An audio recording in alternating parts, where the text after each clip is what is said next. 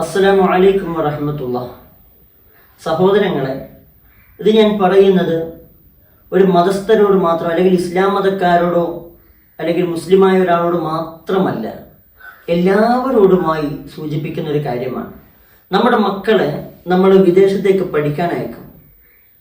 കേരളം വിട്ട്, അല്ലെങ്കിൽ കണ്ണൂർ ജില്ലയാണെങ്കിൽ കണ്ണൂർ ജില്ല വിട്ട് എറണാകുളം, അതല്ലെങ്കിൽ കേരളം വിട്ട് ഇപ്പോൾ ബാംഗ്ലൂർ, ഇങ്ങനെയുള്ള പല സ്ഥലങ്ങളിലേക്ക് പഠിക്കാൻ വിടുമ്പോൾ നമ്മൾ മഹിമ പറഞ്ഞു നടക്കും. എൻ്റെ മകൻ അല്ലെങ്കിൽ എൻ്റെ മകൾ ബാംഗ്ലൂരാണ് പഠിക്കുന്നത്, അവിടെ വലിയ കമ്പനിയിലാണ്, അവിടെ അങ്ങനെയാണ് ഇങ്ങനെയാണ്, മഹിമ നമ്മൾ പറയും. എവിടെ പഠിക്കുന്നതിൻ്റെ അന്തസ് പറഞ്ഞ് നടക്കാറുണ്ട്. അവർ പഠിക്കുക തന്നെയാണോ ചെയ്യുന്നത് എന്നുള്ളത് വളരെയേറെ നല്ലവണ്ണം ചിന്തിക്കേണ്ട ഒരു കാര്യമാണ്. ഒരുപാട് മുമ്പ് ഇതിൻ്റെ മറ്റൊരു വശം ഞാൻ വീഡിയോ ചെയ്തിട്ടുണ്ടായിരുന്നു. തെളിവ് സഹിതം നടക്കുന്ന വളരെ മോശപ്പെട്ട പ്രവർത്തനങ്ങൾ. ഒരു സഹോദരി പറയുന്നൊരു വാക്യമുണ്ട്, ഒറ്റ രാത്രിക്ക് 10,000 രൂപ എനിക്ക് കിട്ടും. ഒരു മകൾ പറഞ്ഞതാണ്, കേരളത്തിൽ നിന്നും പഠിക്കാൻ പോകുന്ന ഒരു കുട്ടി പറയാണ്, എനിക്ക് ഒരു രാത്രി 10,000 രൂപ കിട്ടും. എന്തിനാണ്? നിങ്ങൾ ആലോചിച്ച് നോക്കി, നിങ്ങൾ എന്തിനാണ് കൊണ്ടാക്കുന്നത്? അവിടെ എന്തിനു വേണ്ടിയാണ് നിങ്ങൾ ഇത്രയും വലിയ കാശ് മുടക്കുന്നത്? മക്കൾക്ക് വേണ്ടി നമ്മൾ ചെലവഴിക്കുന്ന കാശിന് അതിനൊരു വില വേണം. അവർക്ക് വേണ്ടി നമ്മൾ നീരാക്കുന്ന നമ്മുടെ തടി നീരാക്കി, വിയർപ്പ് നീരാക്കി, അത് കഷ്ടപ്പെട്ട് സമ്പാദിച്ച് അവർക്ക് വേണ്ടി ചെലവഴിക്കുമ്പോൾ അതിനൊരു അർത്ഥം വേണം. ഞാൻ പറയുന്നത് നിങ്ങൾ പഠിപ്പിക്കേണ്ടതല്ല, പഠിപ്പിക്കണം. വിദ്യാഭ്യാസം നിർബന്ധമാണ്, വിദ്യ അഭ്യസിക്കുക തന്നെ വേണം. പക്ഷേ ആ മക്കളെ നമുക്കെപ്പോഴും വാച്ച് ചെയ്യാൻ പറ്റുന്ന രൂപത്തിലായിരിക്കണം. അവരെക്കുറിച്ച് എല്ലാ ദിവസവും അന്വേഷിക്കണം. അവർ പഠിക്കുക തന്നെയാണോ ചെയ്യുന്നത്? അവരത് അർമാദിക്കുകയാണോ? കൂട്ടുകാരോടൊന്നിച്ചിരുന്ന് എത്രയോ ആൾക്കാർ വളരെ മോശമായി അഡിക്റ്റ് ആവുന്ന മറ്റുള്ള ലഹരി പദാർത്ഥങ്ങളിൽ അഡിക്റ്റായിട്ട് അതിലേക്ക് ലയിച്ചു പോയിട്ട് പഠനം എന്തെന്നറിയാതെ തൻ്റെ വീട്ടിലേക്ക് വരുമ്പോൾ നല്ല അടിപൊളി ഡ്രസ്സൊക്കെ ധരിച്ച് മാത്രം വഴി തിരിച്ചു പോകുമ്പോൾ അതോടുകൂടി തീരുന്നു. മാതാപിതാക്കൾ വിചാരിക്കുന്നു, ഓ എൻ്റെ കുട്ടി ഉഷാറാണ്. എല്ലാ മക്കളെ കുറിച്ചുമല്ല പറയുന്നത്, എന്നാൽ ഒരുപാട് മക്കൾ വഴിപിഴച്ച് പോയിക്കൊണ്ടിരിക്കുകയാണ്.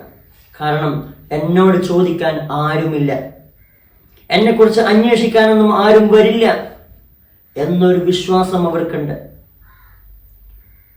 8 മണിക്ക് അല്ലെങ്കിൽ 9 മണിക്ക് ക്ലാസ്സിലേക്ക് എത്തേണ്ടവർ രാവിലെ എഴുന്നേറ്റ് അതിനു മുമ്പ് മറ്റൊരു സ്ഥലങ്ങളിലേക്ക് പോകുന്നു. അവരുടെ റൂമിലേക്ക് തിരിച്ചെത്തേണ്ടവർ വൈകുന്നേരങ്ങളിലും രാത്രിയാമങ്ങളിലും റൂമിലേക്ക് വരാതെ മറ്റിടങ്ങളിലേക്ക് പോകുന്നു. അച്ഛൻ ചോദിക്കും, മക്കളെ പൈസ വേണോ? വേണ്ട.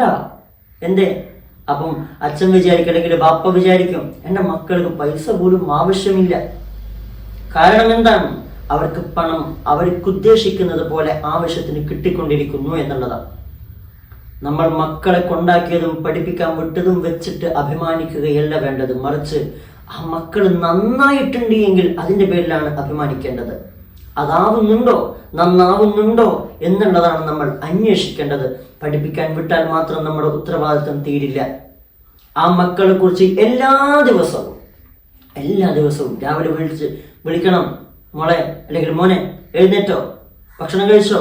നിങ്ങൾ പഠിപ്പിക്കുന്ന സ്ഥാപനത്തിന് ആ കുട്ടിയെ കൊണ്ടുപോയി ചേർത്തിരിക്കുന്ന സ്ഥാപനവുമായി ബന്ധപ്പെടണം. എൻ്റെ മക്കള് പഠിക്കുന്നുണ്ടോ? എപ്പോഴും സാറേ വിളിക്കണം, ചോദിക്കണം, എപ്പോഴും അന്വേഷിക്കണം. എത്ര മണിക്കാണ് അവിടുന്ന് ക്ലാസ്സിലേക്ക് എത്തുക? എത്ര മണിക്കാണ് ക്ലാസ് വിട്ട് റൂമിലേക്ക് പോവുക? ഇത് കൃത്യമായി നിരീക്ഷിക്കേണ്ടുന്ന ബാധ്യത മാതാപിതാക്കൾക്കുണ്ട്. അത് ചെയ്യാതെ പോകുമ്പോഴാണ് മക്കൾക്ക് അവിടെ പറവ പോലെ പറക്കാൻ സൗകര്യം കിട്ടി അവരിങ്ങനെ പറന്ന് നടക്കുവാൻ. ആ പറക്കൽ എവിടേക്കാണെന്നൊന്നുമില്ല, അന്ത്യമില്ലാത്തൊരു പറക്കലാണ്. അതിനെ നമ്മൾ നന്നായി സൂക്ഷിച്ചാൽ ആ മക്കളെ നമുക്ക് നല്ലതുപോലെ തിരിച്ചു കിട്ടും. പഠിപ്പിക്കാൻ നമ്മുടെ കൺമുന്നിലും സ്ഥാപനങ്ങളുണ്ട്. ദൂരസ്ഥലങ്ങളിൽ പറഞ്ഞ് മഹിമ കൊള്ളാനല്ല. കുട്ടി പഠിക്കുന്നത് അത് നാഫിയായിരിക്കണം, ഉപകാരപ്രദമായിരിക്കണം, സ്വഭാവം കൊണ്ടും മറ്റും. അതിനുവേണ്ടി നമ്മൾ കൺവെട്ടത്തിൽ തന്നെ കൊണ്ടുപോയി ചേർക്ക്, എന്നിട്ട് അവിടെ പഠിപ്പിക്കുക. എങ്കിൽ നമ്മുടെ മക്കൾ നമുക്ക് കിട്ടും. നാഥൻ തുണക്കട്ടെ. അസ്സലാമു അലൈക്കും വറഹ്മത്തുള്ളാഹി.